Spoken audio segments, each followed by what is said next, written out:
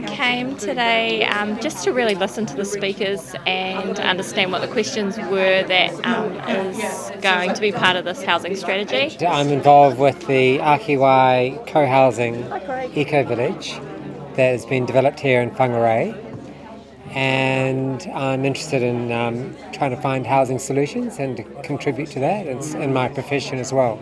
It's not in a tick box kind of development, and it's come up against a lot of difficulties with the council. They have also been, willing to kind of support it and help out with it, but it hasn't been streamlined, no. And for other people trying to come in with alternative models, there isn't the structure around it that they can follow the process, and to try and get a process is too hard and too expensive, so they would rather not think about it, and that I think's been a major downfall for us. I work for Yellow Brick Road, so I work with whānau who are directly affected by loved ones' mental illness and addiction. And I suppose the main thing that's brought me here is around the housing situation with our whānau, so that whole discrimination and stigma around a tangata whai ora, so someone with a diagnosis. And the other thing is that there's a lot of family harm happening within the whānau because of the restriction of housing situations, whānau living on top of one another. So you've got the impact of housing, addiction, mental illness on the whānau, and I think with the housing strategy, in order to put something in place for the whānau, could relinquish some of the stuff. It's almost like a social work kind of approach to the housing situation. So that's mainly what brings me here.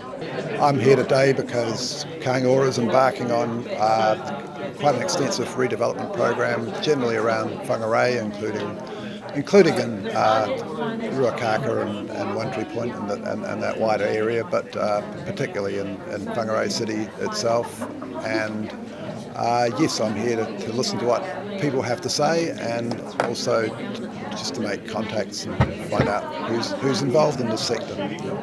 We have purchased 3 properties, 101, 103 and 105 Manu Road. Yes. We intend to build affordable, decent, good quality housing on. This is Habitat for Humanity, and they're going to build mixed housing, some for rent, some to buy, some rent to buy, and some straight out and purchase. it will all be high quality, beautiful, warm, dry. There'll be lots of green space. There'll be off-site parking. One of the very early, well-designed, medium-density sites that in Whangarei. In Whangarei. That's right. awesome. Yeah. Is that a first for Habitat in Whangarei? In Whangarei, yes. We're doing something similar on a bigger scale in Auckland at the moment. Yeah. So this is part of what the housing strategy needs to be, practical things, practical outcomes. That's what we want. That's right, we do. We really do. And families at the centre, really. Yeah. I mean, definitely getting some youth voices involved and the voices of the people who are most affected. So I have these major ideals of how a functional society would look, which is quite a bit different to how we function. I'm a big believer in communal living. The Papakainga stuff was really inspirational for me. Some more supportive ways of doing that. Lots of people talk about that whole let's get our mates together and build a sustainable blah blah blah blah blah. But it's actually this pie in the sky idea. But to actually make those things accessible for people and have some kind of pathway of you want to create that. This is how you go about it. So I guess creating micro community that's sustainable. Kia ora koutou katoa, ko Inju toku ingoa. My name's Inju and I work in the strategy department with Hamish. And from our side, we really just wanted to warmly welcome everybody to this hui today and acknowledging everybody in the room. Today is a really new step for us. We're doing things differently. We're really here to collectively come together, bring everyone in the same room under these challenging times. But we really just wanted to have an open mind and really listen to today's session. And we really appreciate you really coming today and taking that time with us. I'm going to hand you over now to Hamish, who will walk us through the purpose and kind of the background of why we're coming today together. Kia ora koutou katoa. So my name's Hamish Sykes and I work as a strategic planner at the Whangarei District Council. As we all know, housing is highly topical and absolutely rightly so. Each and every one of us in this room today comes in with our own professional and personal experiences of the true state of our housing stock in Whangarei and across Aotearoa. And this message is clear. In our most recent long-term plan deliberations, Council received submissions from various groups across the community advocating for further action and more leadership from Council when it comes to housing. To respond to these increasing calls from our communities, in the long-term plan, Council had allocated $150,000 for the development of a new housing strategy. Since then, staff have been having ongoing conversations with hapu, our community groups, government agencies, advisory groups, and as well as the private sector to really gauge a better understanding and a more complete picture of how is it that we are responding to housing across Whangarei and Tai Tokerau. Whangarei District Council does have a role to support and to enable housing outcomes in the short, the medium and the longer term. And this is largely driven through our land use planning, which is through our district plan, our infrastructure, the way that we invest into infrastructure, and as well as other requirements through the Resource Management Act and the National Policy Statement on Urban Development. However, we fully recognise and we understand that this is not enough to get houses built on the ground. Where the opportunities for this housing strategy lie is developing a collective housing response for Whangarei. Even in our early conversations with our communities, it is clear that there are a whole heap of initiatives and responses to respond to housing and other housing related matters. There is an opportunity here to better align all of our local housing responses together and to better coordinate how we look to understand housing issues and how is it that we can progress with real forward-thinking housing solutions. As Tony mentioned, we are all here because we know that there is an issue. We know that there is severe issues across our communities, whether it comes to our housing quality, our housing stock, and housing affordability, noting that from a council lens that we only have certain levers that we can push. So today, from a Whangarei District Council perspective, we're here to listen, we're here to learn, and we're here to understand how is it that we should be proceeding with this housing strategy moving forward into 2022. So as mentioned earlier, we're going to have 4 speakers just give their perspective on housing in the provinces and the regions. What we didn't want was an echo chamber. So we've tried to get 4 speakers who will be coming from a different perspective, recognising that there's going to be a number of perspectives in this room, and we want to develop a holistic approach to housing solutions, whether it be at a commercial and private sector level or a community level or a hapu level or something in between. So to kick off with, we've got Ashley Church beaming with us from the Hawke's Bay. Ashley is a nationally recognised commentator on housing. He will be coming up from very much a market perspective, but he also has a strong lens on the provinces, having been an Auckland refugee now based in Hawke's Bay, and previously a Hawke's Bay a district councillor in Hawke's Bay. So he understands some local government, some of that commercial aspect, and we're going to hand it over to Ashley to give his perspective. Then we'll have 3 other speakers, and then there'll be an opportunity for some questions from the floor, if so desired. So Ashley, over to you. What I want to do today in the short time that I've got available is just talk about the issues that face the market from my perspective, which is based on probably 35 years of watching the market and assessing what it does and learning from that experience. And I'm going to focus today on home ownership rather than homelessness. I see that there is some reference to homelessness elsewhere in this agenda, absolutely important. but the two things require quite different strategies. So the things I'm going to be talking about today relate to actually owning homes, and I'm going to leave it to others who are more informed to talk about homelessness. First thing I want to do is just define this thing that we call the housing crisis. And that's a term that's thrown around a lot. The media use it, politicians use it, it's used in everyday parlance. And one of the problems that we've got in this country is that we build an awful lot of the solutions around this issue around mythology.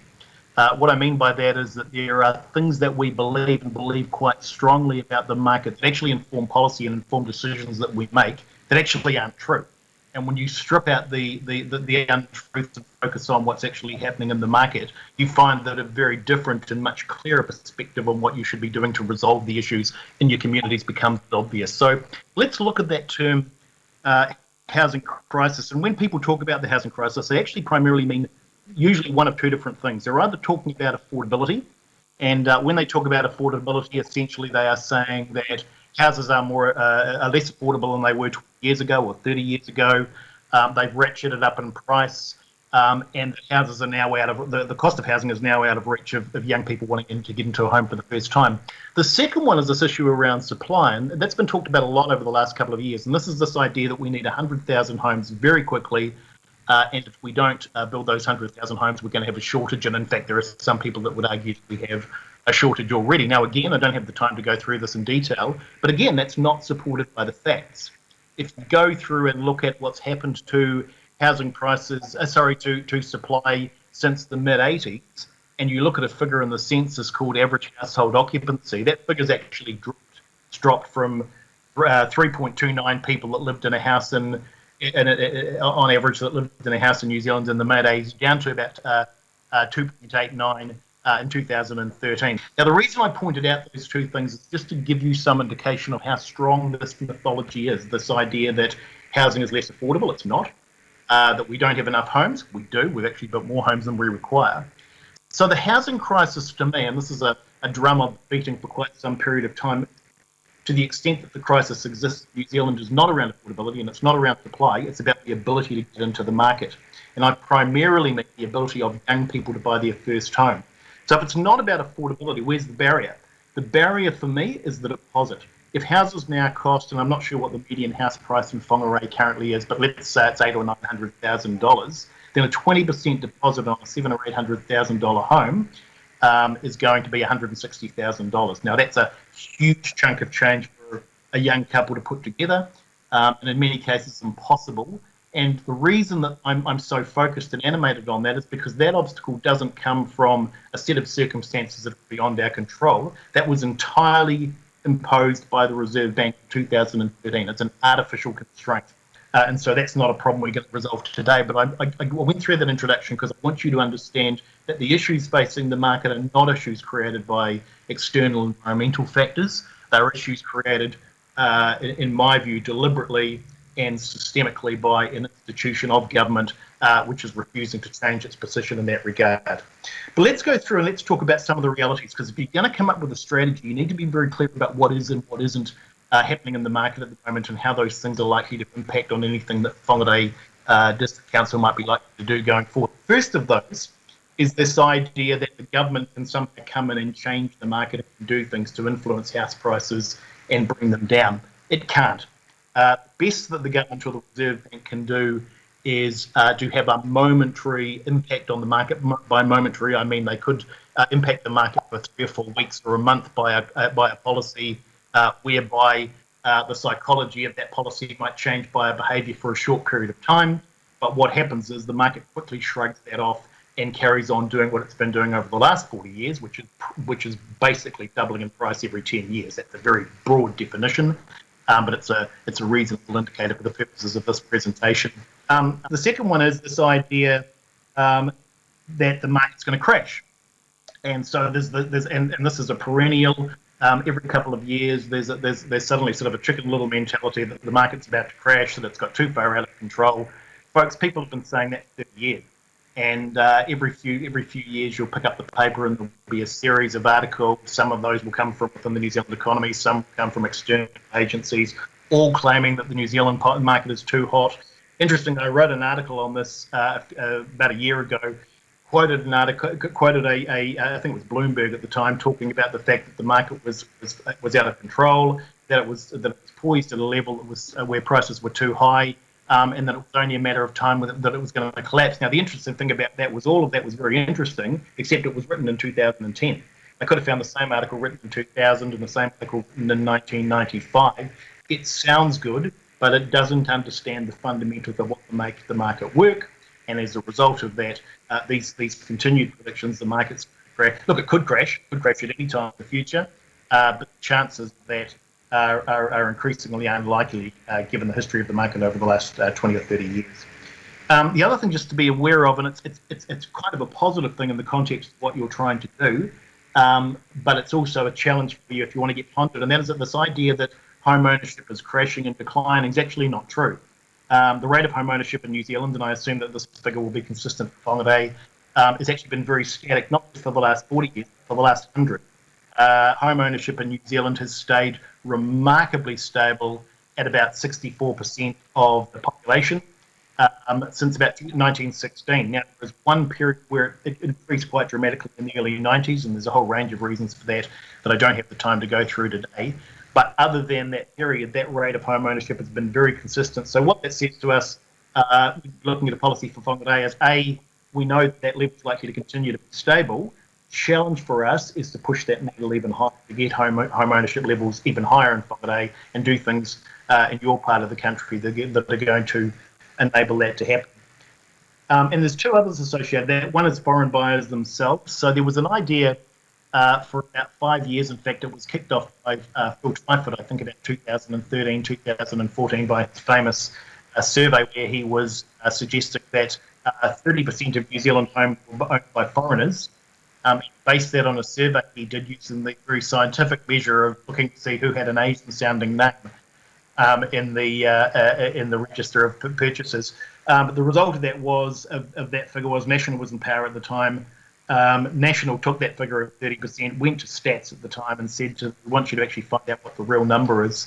Stats New Zealand came back, looked at the number of homes that were actually being purchased by foreigners up until that point, and they came back and said it's 3%, which was a stunning figure given what we were being told by media, we were being told by other political parties. It was much, much lower than any of us expected.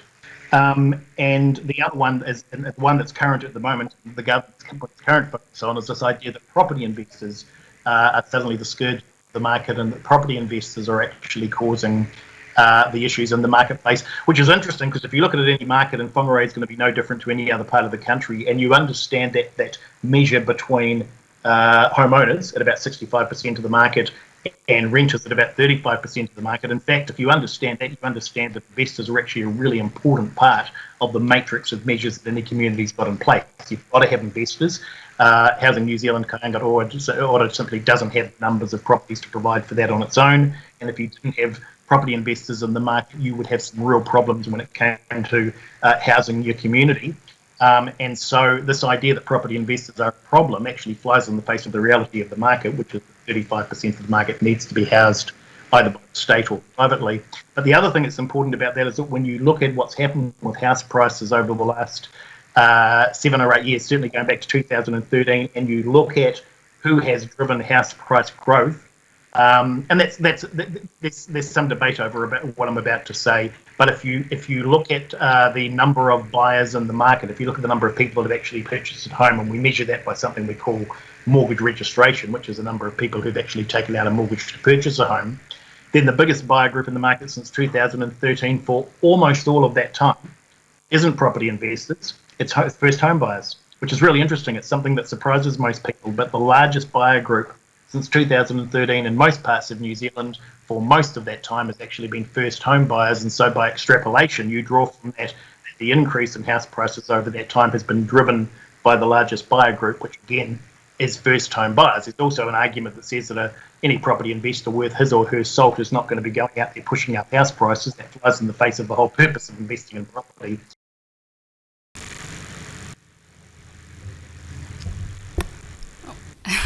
I'm just going to very quickly outline my background, and then I had a bit of a summary of what I see as some of the key issues and opportunities.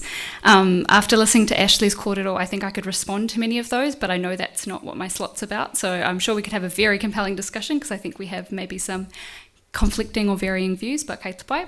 Currently, I run a kaupapa Māori design studio called Matakohe Architecture and Urbanism. And so I've got an architecture background primarily. All my training's been in architecture. And we really focus on working with Māori communities on their projects, which include papakainga, marae, whenua development, small-scale commercial. And we also have a role working alongside others on large-scale projects like the Whangarei Civic Centre, Whangarei Hospital, Whangarei Boys High, where we've been appointed as the hapu appointed designers to really look to integrate mātauranga Māori, tikanga Māori in the design and facilitate robust and culturally appropriate processes. That all said, I think that's probably not the focus or the background that's most informed what I'm going to talk about today. I also have a background in policy advocacy with a bit of research. So formally I had a lot of involvement with Te Matapahi He Tiranga Mō Te Iwi Trust and was involved in getting that kaupapa set up from near the beginning. And I've provided policy advice to various central government agencies, various local governments throughout New Zealand, as well as political parties, and I write a regular column for Stuff, so means I get paid to read the cabinet minutes and the legislation, so you don't have to, and provide a hot take and some analysis on it, which is a lot of fun. And so I thought I'll move on. I don't know, I think it's Hamish. Great. So this is a very text-heavy slide, but this is really just a quick summary of what I think some of the key issues are. So as you can see here, there's not a lot of Māori land in the district. There's maybe 4%, although I should have double-checked that before I put it on the slide, but it's 5.2% nationwide, and we know our average in Whangarei district is lower. So a lot of the issues around developing that little scrap of Māori land that we have left are really historic, but they have an ongoing influence or ongoing impact. And so successive Māori land legislation's really created a whole raft of problems. So the shareholding system has created issues around succession, as well as alienation of certain whānau lines. It also makes it really difficult to make decisions. There's also issues where we don't have governance structures on a lot of our Māori land, and it's a very convoluted process to get that in place, especially if there are shareholders that you don't know because you don't live together anymore because you've all scattered because of colonisation. And so it's a complex issue. A lot of our blocks are too small to be a developable size. Some of them are a lot more marginal land holdings because those are the ones we were allowed to keep when the rest got taken. And then we have other issues like legal access. A lot of land blocks don't have legal access, and some of them have been subdivided below developable size. So the problems are numerous. But I think the one to really focus on, or one of the biggest persistent barriers, is around access to finance. So we've had all these fabulous grants announced in the May budget, and there is a lot of money available from government, but there's still a gap because you do require some co-contribution, and currently there's only one loan product, there's only one game in town, it's kainga whenua. If you have alternative security or alternative assets, namely a piece of general title land, then you can use that as security to get finance from any bank. But of course most Māori landowners, Ahu Whenua Trust won't just have a random piece of general title land laying around, and things like forestry are not counted as assets for that purpose. So this is something I've been advocating, and others have been advocating hard to government on for a long time. They keep assuring me we're going to look at it next year and that it's happening soon, so I'll just keep saying it publicly until there's something to report where things really are happening. Keep moving. And so also worth noting that in Whangarei we've got 3 overlapping mandates, Ngāti Wai, Ngāti Whātua and Ngāpuhi. We are pre-settlement, our hapu here in Whangarei, and so for those who are not mana whenua but are trying to engage with hapu, you would have noticed that we don't have consistent organisations. We've got some really skilled, dedicated people and important kaumātua leaders, but there is often a resourcing issue where we're not able to be as responsive because we don't have the resources, we don't have the land, we're caught up with other things like treaty settlement, we're getting bombarded left, right and centre on RMA issues, and we just often don't have the organisational infrastructure to be able to engage as genuine equal partners. Oh, and sorry, the other thing I want to say about that, do I need to flick back, but is also for Ngāpuhi, we're waiting for a response from the Crown on our stage 1 finding around the fact that Ngāpuhi never ceded sovereignty. And so he whakaputanga, te atiri, te o waitangi, those are front of mind for our hapu and will remain front of mind for our hapu. So really good, especially for local government, you're looking to be a partner in this space, really important you understand that that context, noting that it is complex and it can be a long journey to really understand both the history and the current situation we find ourselves in. So you should all be quite familiar with our urban and services plan change. Really just wanted to note that it creates a lot of new opportunities to increase the density of housing and increase, I guess, the design quality of our urban environments if we do it right, which is our intention. So something I did want to raise is because, given the urban services plan change has triggered the development of urban design guidance, which actually goes beyond urban design and gets into a bit more detail, I would say, which enables, these applications for multiple dwellings on a site, they'll need an urban design assessment, gives them something to assess against. And so at the moment we've got two quite comprehensive residential, two guides, one residential, one commercial. And I have fed in a little bit, but I think what we will need as we start to receive these applications and start getting medium density development in our city is we'll need some more culturally specific design guidance. I put these up here because they're 20 years old. Kāinga Ora owns them. I am working with Roy Hoskins, who's another whanaunga and leader in the area of Māori architecture and Port mentor to me. We've been advising Kāinga Ora, and we are looking to do a comprehensive refresh of these design guides in the new year, which is long overdue and fantastic. But I would suggest it would be really valuable for Whangarei District Council to start to think about this, and either as a standalone document or incorporating it into the current design guidance. And then these are just some of the design implications, and some of it's really straightforward, but you'd be surprised how many developments you see come through, say, the Auckland Urban Design Panel that have got laundries and bathrooms off kitchens, which are really culturally inappropriate, but there's no real rule against some of those things, or the rules that are in place wouldn't be seen as adequate from a Māori perspective. And so I think, the tikanga here won't be the same as everywhere, so I think there's wānanga required to kind of critically interrogate those assumptions, but even just understanding the way that whānau Māori live in intergenerational situations, and that those numbers can fluctuate over time, and a lot of our houses might be designed on assumptions that, there's only X amount of occupants and therefore this size is adequate, whereas for whānau Māori who might have higher numbers coming and going, you might actually need much larger living spaces. So I won't go into more detail, but just to acknowledge that this is something council could do that's really pragmatic, is to integrate this kind of thinking into our design guidance to influence better, more culturally fit for purpose housing in our district. And these are some concepts that come from the Auckland Design Manual that Design Tribe produced when I worked there. I didn't actually work on these, but I just think they're good examples because we've got the new MDRS, medium density residential standards, doesn't apply here because we're not a tier 1 council, but I think with our new urban and services plan change, there actually is, not as a permitted activity, but there's an opportunity to have multiple dwellings on a site. So I think we'll see more of this, and a lot of our existing sites are actually, these long, skinny, narrow ones, and so it's good to start thinking through how you could have multi-generational housing and multiple units on the kind of sites that we already have.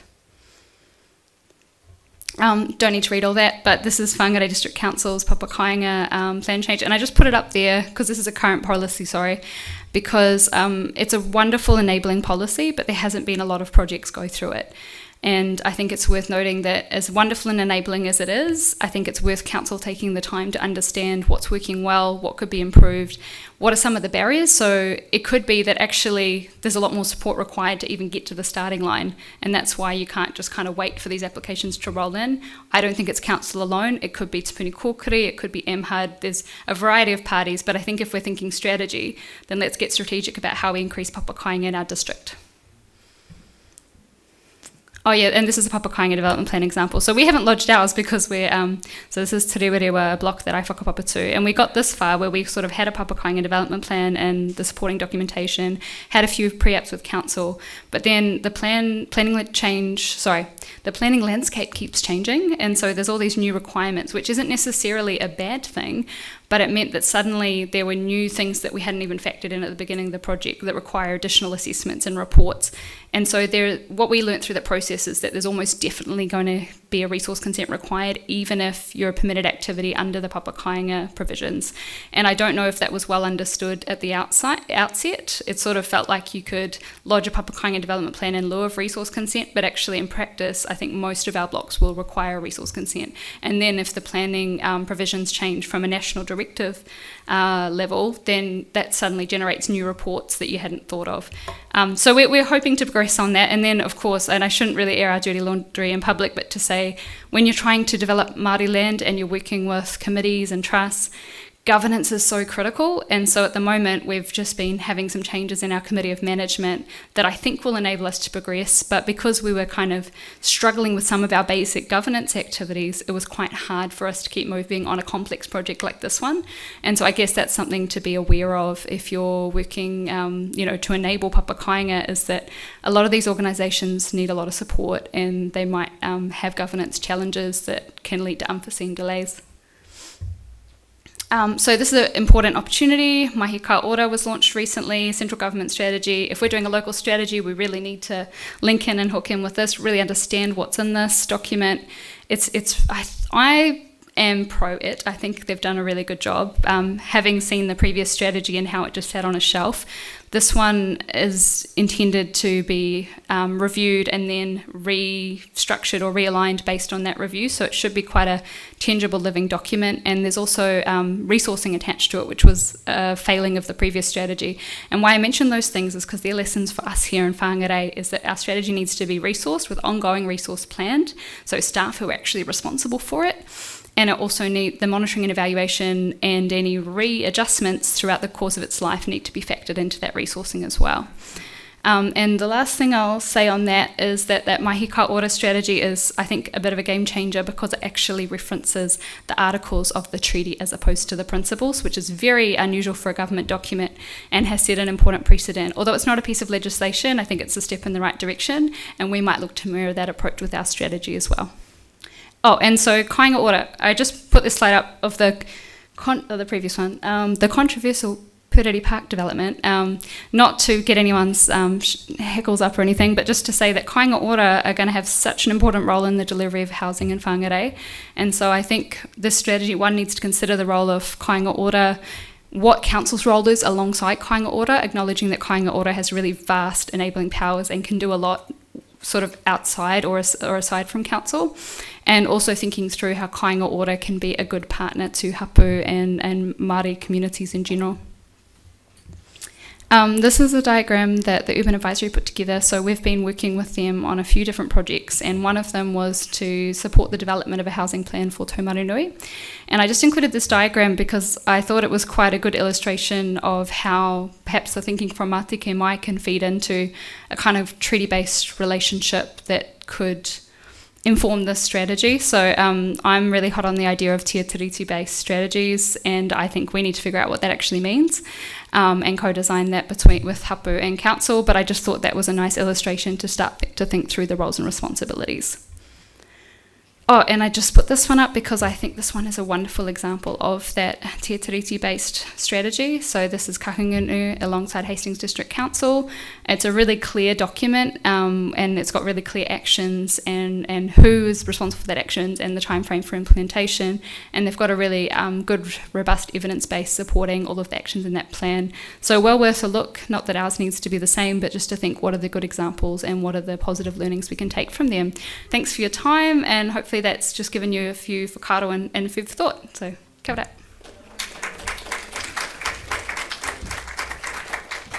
Yeah, Trevor Griffiths here. Thanks for the invite, Tony and the team.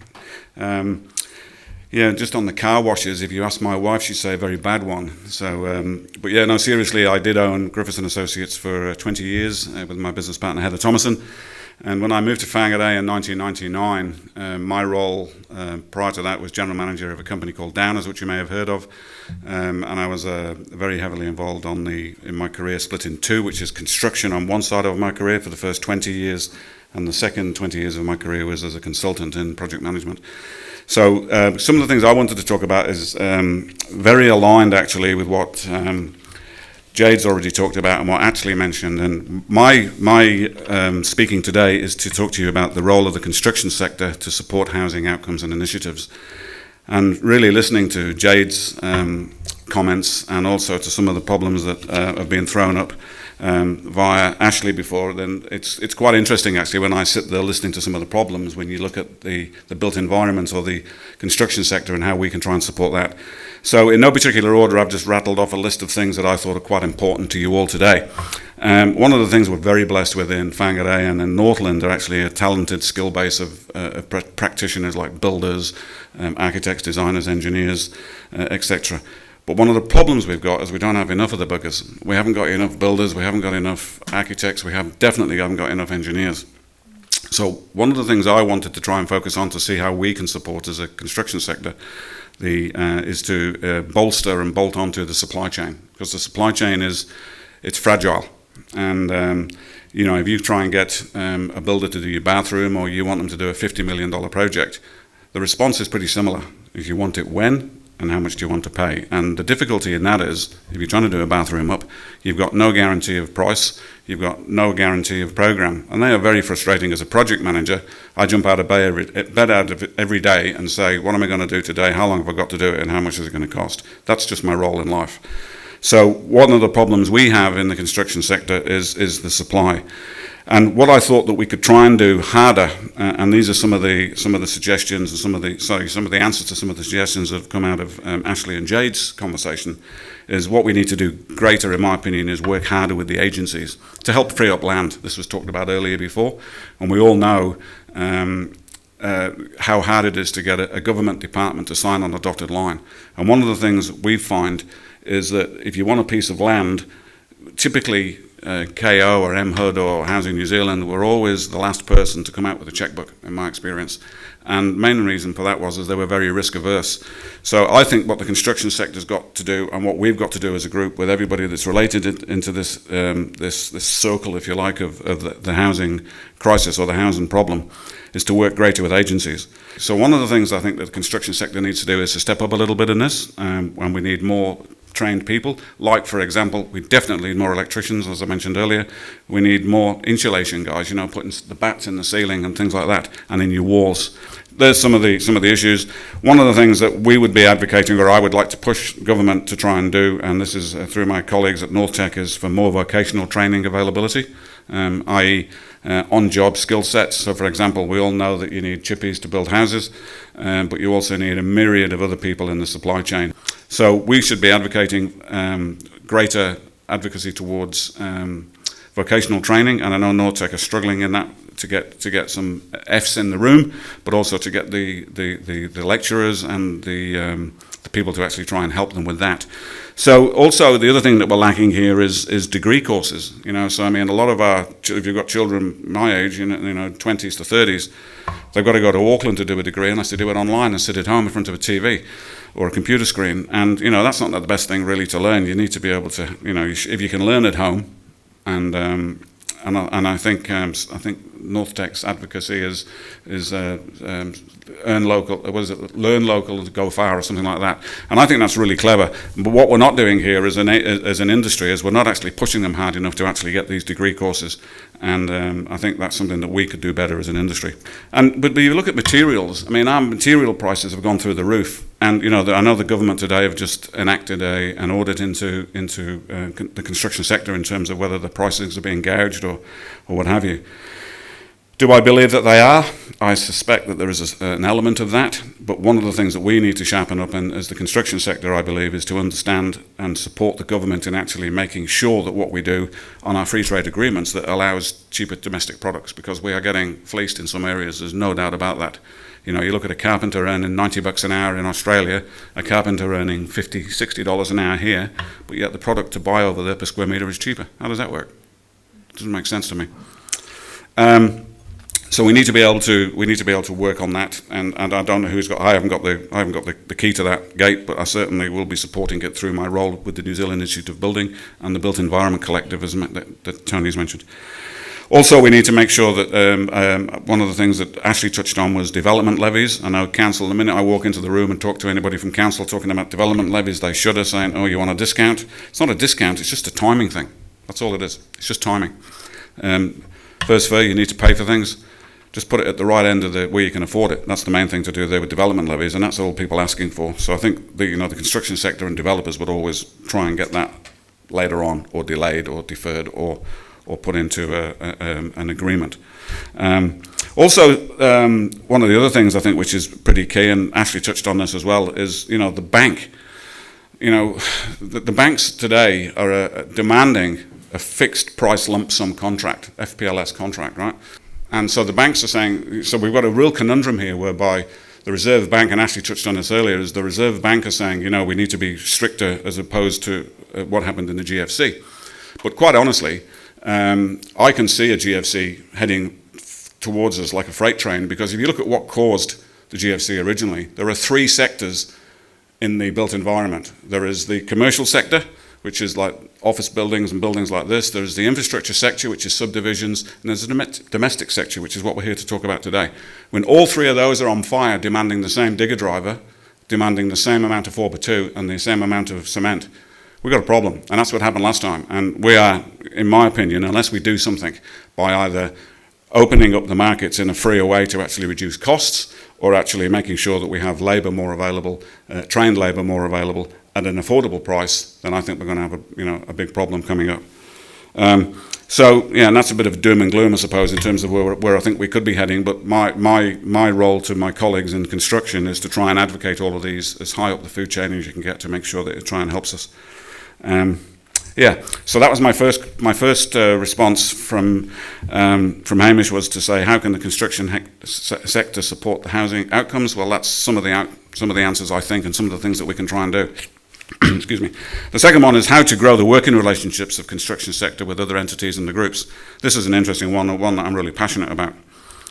And I think, again, going back to the $1 million house, 5 years ago it would have been a $100,000 house or $200,000 house. Shows you how prices have changed. And I think one of the things that we've got to be very aware of, is for 20 years of my life I was a main contractor. And what I've learned in my career is you end up with builders who will end up going really tight with margins, because I've done it for 20 years of my life, to get a project. But ultimately, does that bear you in good stead for a long-term relationship with your sector or your clients? And to be honest, it doesn't. So I think what we need to be able to do is that the builders need to stand up and say, and let's face it, in today's market, other than COVID, right, there should be no builders going bust. None. Because everybody's flat out. All of my colleagues and friends, you talk to them, they are mental busy. And again, you want that bathroom fixed? Easter, if you're lucky, and it may be the following Easter if you're unlucky. So why are they going broke? They're going broke because the banks and a number of people are putting fixed price lump sum contracts out, and we're involved, our business is very heavily involved in that, and I'm leading a couple of other developments that are actually trying to convince the bank not to do that, because it's in their long-term interest. So one of the things we need to be very aware of is be a very risk-averse contract. So if you're a developer or you own a piece of land and you want somebody to develop it for you, or you want to work in with KO or MHUD or Housing New Zealand or whatever agency it is, what you need to be able to do is make sure that you pick your horse correctly, and also make sure that you end up with a contract that it's fair and reasonable. Because the last thing you want to do is get to the stage of putting a roof on your house and the builder goes broke, or somebody walks away. So I think risk-averse contracts are the way to go. And if we did that, we'd get less builders going broke. You'd end up with a fairer approach towards the capitalisation cost going into the buildings, and therefore you'd end up with a much more reasonable outcome at the end of the day. So the banking regime, in my opinion, right now has got it wrong. I mean, some of you won't have heard this term before because you might not be old enough, but some of you looking around may. There's a term, mezzanine funding. Put your hand up if you've heard of that term before, mezzanine funding. Yeah, some of the bald-headed ones and grey ones. So, I can see the marketplace moving back to a mezzanine funder if we're not bloody careful, because they filled a gap in the marketplace that the banks wouldn't go. And some of them call them sharks, and that was probably a good term for a lot of the ones I knew. But by the same token, they did fill a gap. But what the banking regulatory sector didn't do is actually manage the risk ratio on what the debt-to-equity ratio was. And that's when it got out of kilt.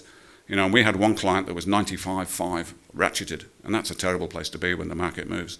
It only takes 1 point and you're over the hill, So I think the banking sector at the moment has got it wrong. I think they're being too restrictive, and I think Ashley has talked about this earlier and warned about this. And I think also the fact that we've got a problem with fixed price lump sum contracts, I think that is really difficult, and it's something that we need to change. I think we also need to understand the difference between cost versus value. As a project manager, all day, every day, our business works on the difference between the two. And a lot of people don't understand that. The other thing I wanted to talk about very briefly is reduce the bureaucracy in projects. So as a construction sector, we need to make sure that we are reducing the bureaucracy. And by that, I think what we need to do is try and flatten the food chain. And by doing that, what we need to do is engage earlier with the buyer. Partnering charters is a very strong term. Have you ever heard of a partnering charter? It's something that we set up on a number of our large successful projects whereby it's an MOU, if you like, and it's a non-contractual document which is called a behavioural document. And by setting that in place on a project, on larger projects, what you do is you end up saying to somebody, I trust you, I like you, I want to do business with you, and I'll go and build this building with you or these buildings with you. And if you can get your client or you can get the funder across the line with a partnering charter or an MOU, sure you have contracts, everybody needs contracts, but that's a behavioural document that says you're going to behave like a nice, decent human being. They're very important. And also, I think finally for me is procurement plans need to be sorted out. And what we try and do is what we've been advocating in our industry. About 40% of Griffiths' work used to be in the Ministry of Education, so we've been banging on to them for years about procurement plans. And what they needed to do is reload and preload a lot of the information that you send in and you regurgitate every time for every project. What they need to be able to do is say, right, 10 suppliers, 10 types of projects, this is what we want you to do. You're already loaded, you're already secure, we already know who you are, and we just want you to do some work for us. A lot of the work is being regurgitated, and in an industry that's already stretched, and for example, just yesterday, sending out tender documents to a half a dozen builders, they're saying, look, you know what we can do, just pick us.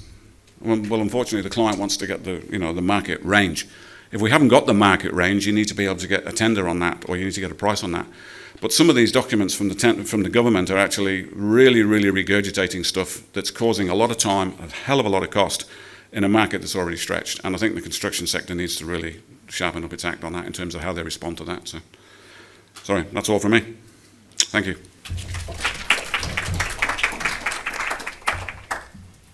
Kia ora, everybody. I want to start today firstly by endorsing Jade's kōrero and her suggestion, particularly regarding a tititi-based strategy. And for those of you that haven't or aren't aware of Mātiki Mai, it's a transformational document thinking about the future of Aotearoa based on he whakaputunga me te tiriti o Waitangi. So the other hats that I have is, apart from being a youth housing project manager, I'm also the Deputy Chair on the Northland District Health Board, and I'm a trustee for Foundation North, and I'm currently doing my PhD through Auckland University of Technology. In my history, today I'm going to talk to you about my history, a little bit of the experience that I have, what insights I've had over 20 years working in housing and health, and thinking about how that might apply to a housing strategy for whāngai. So I've worked in Taitokiro for the last 25 years. I started working around housing and health in the early 2000s alongside Tim Howard from Northland Urban Rural Mission and Carol from 155. And we had a little kaupapa called Warm Housing Whangarei, and we insulated about 50 houses a year back then. And the idea is connected to how significant housing is to the health of our people. If housing is warm, dry, mould-free, adequately sized, affordable, then we're doing a huge chunk for setting a good foundation for the health of our people. From Warm Housing Whangarei, we graduated to Healthy Homes Taitokiro, and eventually I became chair of Healthy Homes Taitokiro, and over the last 13 years we've insulated over 14,000 houses in Taitokiro, and the goal is to keep going until we're done. Healthy Homes Taitokiro is a collective of funders and providers based across Northland, working with He Iwi, Kotahi Tātou Trust in Moeroa, and CBEC in Kaitaia. Also, For the last few years, before I finished work, I managed one of 11 healthy home initiatives across the North Island, and the local program here is called Manawa Ora.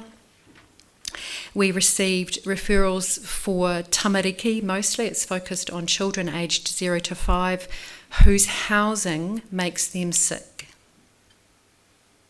So just to think about that, the houses that they live in make them sick. Usually they end up in hospital. So we would receive referrals from the hospital for these children. We would give them to one of our many providers across Taitukiro, and Habitat for Humanity is one of them, along with Ngāti Hine and all of the various Māori health providers across the rohe. And they would go and do a comprehensive housing assessment for that whānau to identify all the things that could be done to help improve their housing, including insulation, but also things like doing advocacy with MSD, talking to landlords, working with kāinga ora, getting minor repairs done, etc. And you might be surprised to know that we would get 650 referrals of those for that program every year. I've also been involved and supportive of Child Poverty Action Group and a champion of child and youth rights. So all of these experiences have contributed to my current role, where I'm project managing a kaupapa. Again, it's from a collective base. It's working with 155, Mahitahi, NURM, Ngāti Hine, Pehiawere Marae, Te Ora Hau and Whangara Youth Space to develop a youth housing plan which is based on the needs, the solutions, the voices and the experiences of young people. But we do have a youth advisory group that is strongly directing how that project is shaped. I've written a 50-page report produced on what we know, and now we're talking to young people about their experiences. So my insights to share from my previous and current mahi include, but before I get to that, I just wanted to say that for some people, there is no housing crisis. There is no housing issue for actually quite a lot of people in our community. Sure, and actually for a significant group of people in our community, they have a housing excess. They have their house and another house, or a batch. So for a lot of people in our community, they're not facing issues of housing deprivation. But for a chunk of people, and it's a large chunk of people that I have known and worked with over the last few years, housing deprivation is significant. The key issues are so there is a large number of people in our community that literally do not have a home. They don't have a place to go to. They might move from home to home. They might couch surf, or they might go from one whānau to another whānau. They might sleep in their car. They might sleep under the bridge, but they have no home. We have and this is a significant chunk of what's happening in Taitukiro, is we have a significant chunk of people that have substandard housing. And I didn't bring the photos, but I've been in those homes and I've seen the photos of those homes. And we have whānau that return to whenua, and they are living in converted cowsheds. They are living in converted tunnel houses. They are living in tin shacks. And I am not exaggerating when I'm saying they are living there with their children without water and without electricity. And actually Northland has the highest rates of substandard housing in the country, and that was from the 2018 census. That substandard housing, I don't think we know how bad our housing is. We've got some of the worst mould in the country, mould growing on ceilings and walls, windows that don't open and shut, drafts, overcrowding is an issue. So I think it's important for us to think and keep those people in our mind when we're thinking about a housing strategy, that housing for all people is important. And some of the issues that we've already heard today are address one sector of our community, but that is not all of our community. Particularly the issues for young people. And I think one of the big learnings that I have is that young people are not a homogeneous group. You can't say all young people are the same. So what we do know is that young Tai Tamariki Māori, Pasifika young people, queer, Takatapui, rainbow young people, care experienced young people, our young people who are transitioning out of oranga tamariki care, young parents, young people who have children of their own, they all experience housing deprivation and housing issues at much greater rates than other young people. And there's an intersectionality of that, or a compounding of that issue. So if you're brown and queer, you have a huge issue in finding housing. There's also a gendered issue.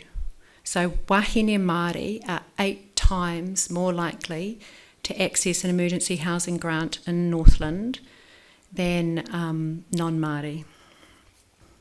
So just as there is a continuum of need, there's a continuum of response.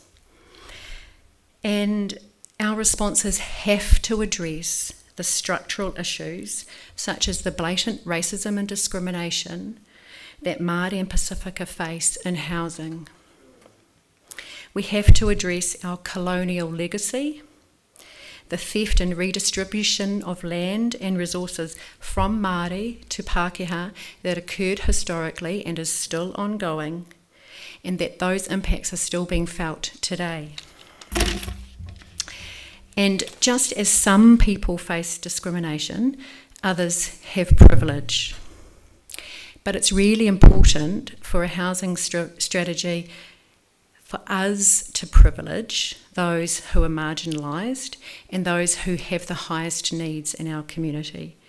And I think the learning that we're taking from the youth housing strategy is for our broader strategy to include the voices of those who are experiencing the housing issues and to bring their needs and their solutions to the forefront of our kaupapa. And just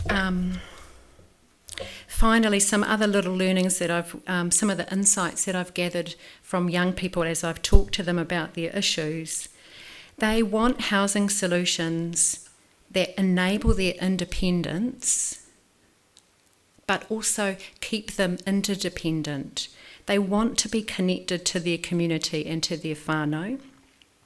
And some of the most like papakainga models really have come up strongly with young people as being something that they are supportive of. And housing solutions that connect young people with education, with training, with health and with their family. Because finally, my final point is we all do ourselves a disservice when we consider housing as distinct and separate from our community and from all the other components of our lives. And perhaps when we're thinking about housing for all, we could really be thinking about reframing that as homes for all. That's it from me. Kia ora.